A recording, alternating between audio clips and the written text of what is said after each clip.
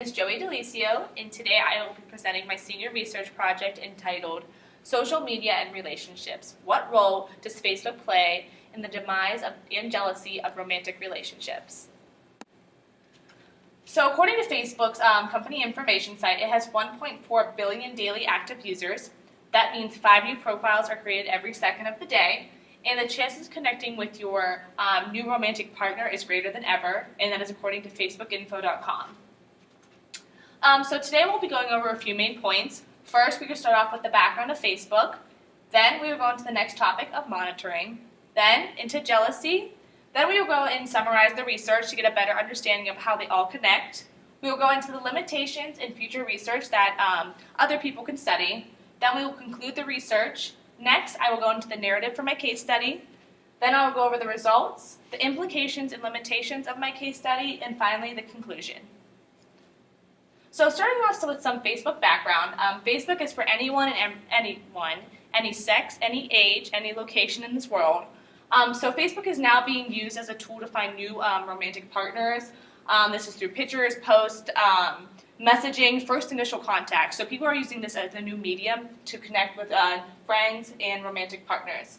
So Facebook has made their site so individualized that you can let them create their own background, their new profile picture. You can let people see only certain pictures you like. By doing this, they are making more personalization to help out people find those romantic partners, whether we know it or not. So now we will talk about the concept of monitoring. DeGroot and Hoffman in 2014 defined monitoring as one of the partners in relationships tracks or checks up on the other partner or partners to see who he or she is communicating with. Musi, Christophides, and Demarius 2014 suggest that monitoring people on Facebook, romantic partners, and other member of one social network has become so notably common that they have coined new terms such as creeping, face stalking, and have been created to describe this event. So the reason that monitoring becomes so dangerous is that one doesn't realize that they are monitoring. One of their partners may leave up their Facebook and they happen to scroll through it. They see something that interests them, something that they don't know about, someone they've never seen writing on their wall. So by doing this, before they know it, it's been 3 hours. They've been on their partner's Facebook page. And the reason that monitoring becomes so dangerous is the fact that Facebook is very vague. You can see a comment on someone's wall saying, "Text me." You may not even know this person, or your partner may not know this person, as you know. And you wonder, how do they have their phone number, or have they been texting for a long period of time? So this is what makes monitoring so dangerous and what causes concern in romantic relationships. Next, we will talk about jealousy. Jealousy is broadly defined as the response to a real or an imagined threat to a valued relationship. And Facebook jealousy is a built-up emotion, and it can be shaped by outside factors. Other factors increase jealousy via Facebook or actions, numerous friend requests, private messaging, a lot of new posts on someone's wall, or the liking of the same photo of a certain friend. And that is according to Utes in Boom 2011. Quote, "Once jealousy has become triggered, jealousy then consists of 2 reactions: the experience, the internal reaction to an emotional trigger, and the expression, a verbal and nonverbal communication," end quote, Gardner 2010. Jealousy via Facebook is, like I said, very vague. It's an ambiguous nature. This turns couples against each other because of jealousy that they do not truly know in depth about. So now I will summarize my literature review and the topics that we just discussed. So first, one or both partners may monitor their significant other's Facebook by checking out their photos, comments, or friends. Further time spent on Facebook, monitoring turns into a greater conflict in the relationship. Next, we have the first finding that states that there is a positive finding with relationships between the amount of time spent on Facebook and Facebook jealousy, and that is according to Hoffman and DeGroot 2014. Jealousy via Facebook can be worse than just regular jealousy due to the ambiguous and vague nature on Facebook that I just described in my previous slides. And then we go into my 3 hypotheses that I came up with to do my research. So hypothesis 1 is relationships have faced more hardships from social media, specifically Facebook. Hypothesis 2, monitoring on Facebook plays a role in the demise of romantic relationships. And then hypothesis 3 is Facebook causes jealousy in relationships. Now that we summarized the research, we will now look at limitations in future research for my topic. So 4 out of 5 articles that I use college students to gain their information. And the reason I found this to be a limitation of the research is that on average these students range from the ages of 18 to 24, which gives the research and findings a less generalizable sample and a narrowed mindset of answers. All these kids came from the same college, which a lot of them technically have the same lifestyle since they attended a lot of the same classes, a lot of the same parties and things like that. So it made their findings a lot more skewed. Hoffman and DeGroot 2014 and Ramahan 2015 both lacked random sampling and had relatively low numbers of participants, which could have affected their findings.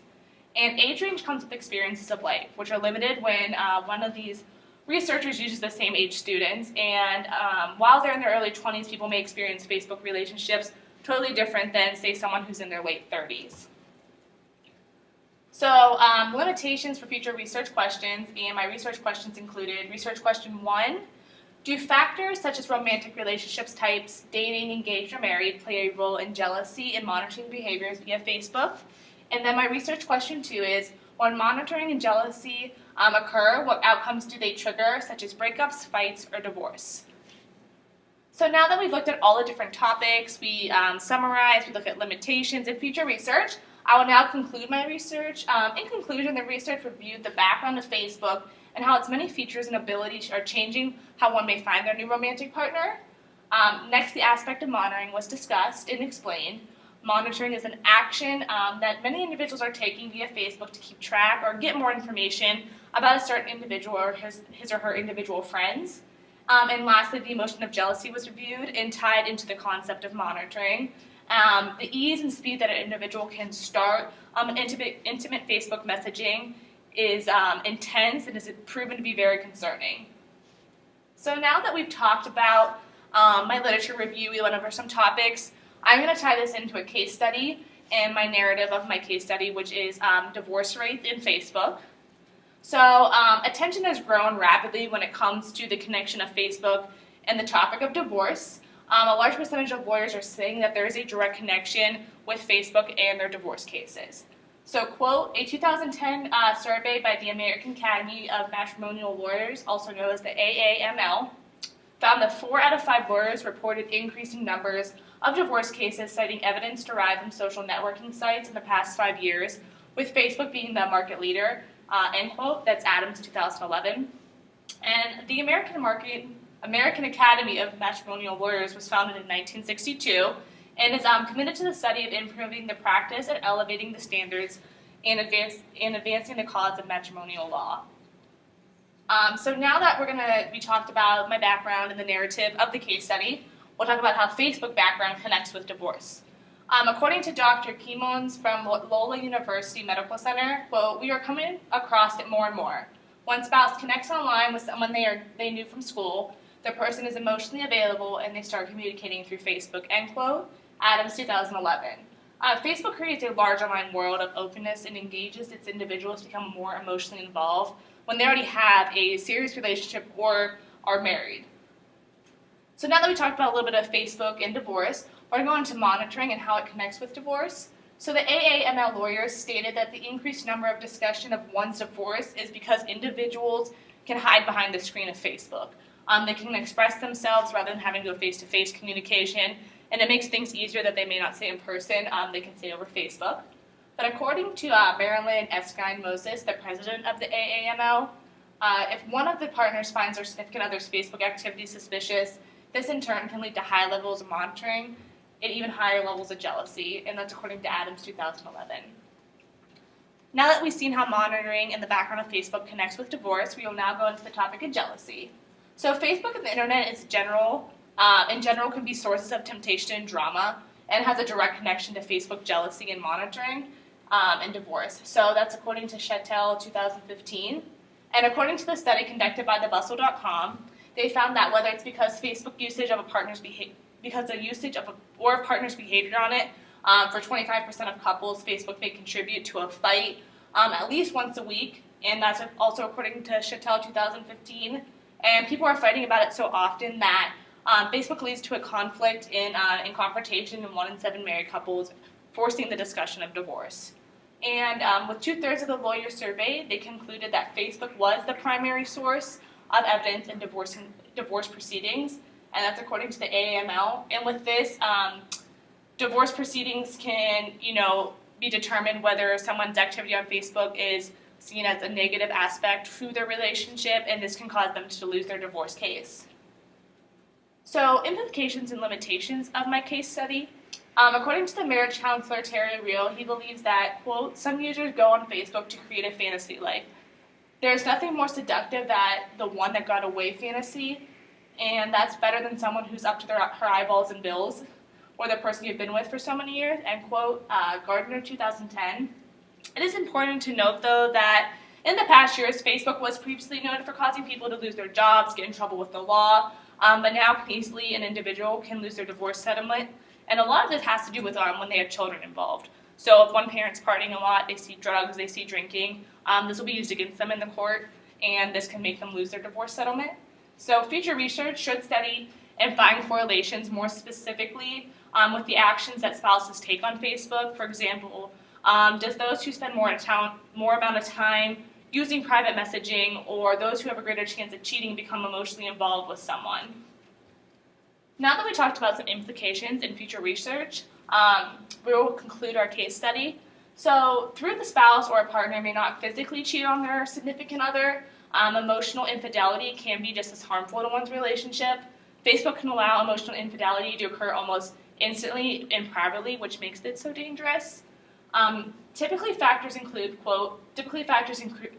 spending an inappropriate amount of time chatting with friends, engaging in inappropriate or sexually motivated conversations, or revealing intimate and problematic details about the relationship they are currently in. End quote, Chattel 2015. So today we talked about a few main points. We looked at my literature review, which included the background of Facebook. We looked at monitoring and jealousy as my concepts. After that, we summarized our research, and then we looked at what future research could be done. Then we went into my narrative of my case study. We looked at the background of Facebook, monitoring and jealousy, and how those all connect to divorce rate. And then finally, we looked at implications and limitations, and then we summarized the case study. And I want to leave you guys with this. Facebook, ruining perfectly good relationships since 2004, and that is a meme from Pinterest. And lastly, the last two slides will just conclude my references. Thank you.